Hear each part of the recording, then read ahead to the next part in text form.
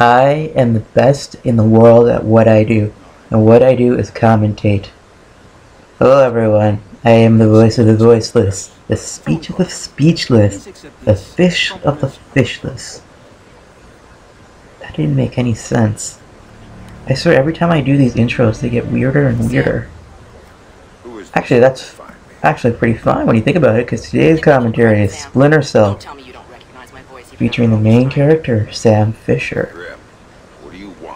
Today's topic, I've been thinking about this for a while, and let's keep this channel real. It's 2 a.m. I'm recording this conversation, so if I sound a little tired, you guys know why. But I felt really inspired with seeing this topic, and I really want to record it to let everyone know, not just my feelings, but just the issue in general, or make the awareness of the topic a bit larger. Today's question, or today's topic overall, it's going to be the role of government in video games and the patriotism that we see in our entertainment. And I'll kind of branch that out, Canadian influence in video games. Firstly, today's gameplay, I should say, looking at Splinter Cell Conviction, which was released in, 2010? Could be wrong on that one. It was developed by Ubisoft Montreal, Canadian division. It's a great game, stealth action, very cinematic this game is. Today, when I'm showing you this gameplay, I want you to keep in mind that this is a Canadian game. No one can dispute that, obviously. It was developed in Canada. Ubisoft's Montreal success has granted them $500 million, $500 million to be exact, to develop Ubisoft Toronto. So Ubisoft Montreal is going to create Ubisoft Toronto because of the success of the Splinter Cell franchise and a lot of the other Ubisoft franchises, but Splinter Cell specifically is going to be developed in Toronto. What's also true is Ubisoft's about to get around $260 million from the Toronto, Ontario government, where I coincidentally live.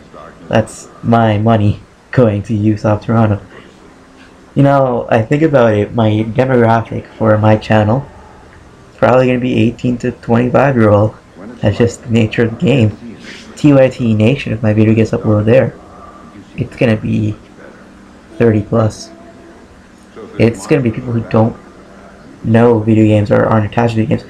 Oh, actually I should be more. It's probably going to be 40, 50 plus who don't play video games. They're busy, they didn't play the Splinter Cell 1 franchise, whatever.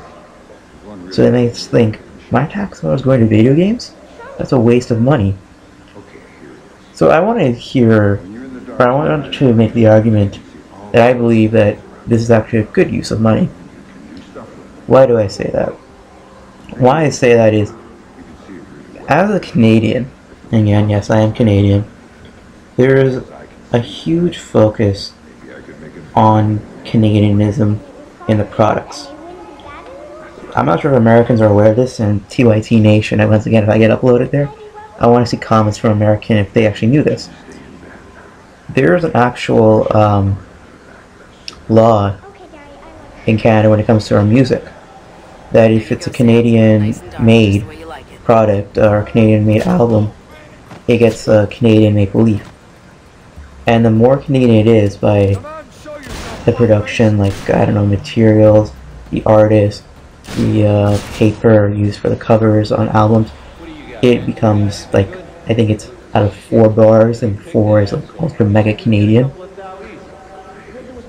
But maybe it's because I'm not into the Canadian music scene as much.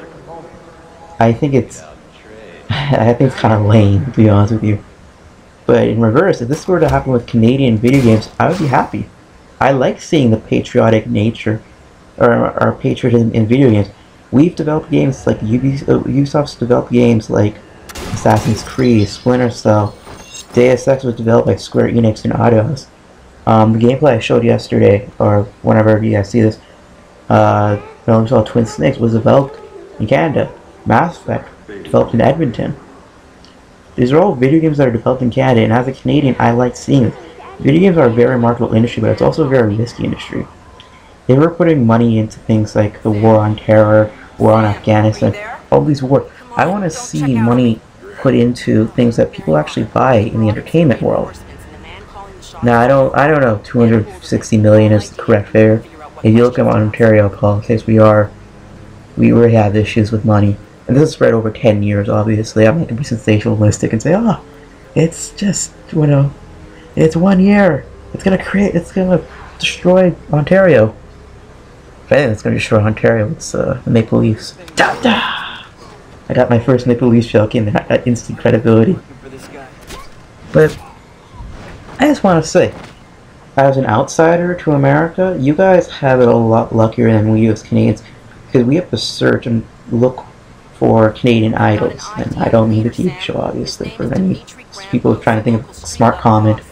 I mean, when we see a Canadian, we're proud of him, or her. We like seeing our own people. It's a recurring joke. Any Canadian can tell you another famous Canadian. We just have this, I don't want to say inferiority complex to get my Canadian subscribers mad, because they're pretty much the only people who watch my videos. But we know the Canadians. I know the Canadians. I'm guilty of it, of course, too. I like seeing our influence in the gaming industry. I like seeing our influence in the entertainment industry. I like seeing this. I also love the quality of these video games that we see in production. In fact, the video game market, if you guys want to read up more on this, I'll throw a link in my description. It's TYT Nation uploads this, and then I'll throw a link. Google McLean's and video game history. You'll find a really good article about how video game in Canada, it's been a very successful medium compared to things like Nortel, which have been public disasters. And I'll just show you a cinematic experience of what you're seeing. Sam Fisher is going to interrogate someone in regards to his daughter, and he put up the hit against his daughter. Look at this. This is an example of cinematography, if that's the word I'm looking for, in video games. I mentioned this in the Metal Gear Solid gameplay earlier, where I talked about many people don't think video games tell storylines. This was one of the best storylines and strongest in the Splinter Cell franchise to me. A lot of people think it jumped the gun and went to 24-ish. I loved it.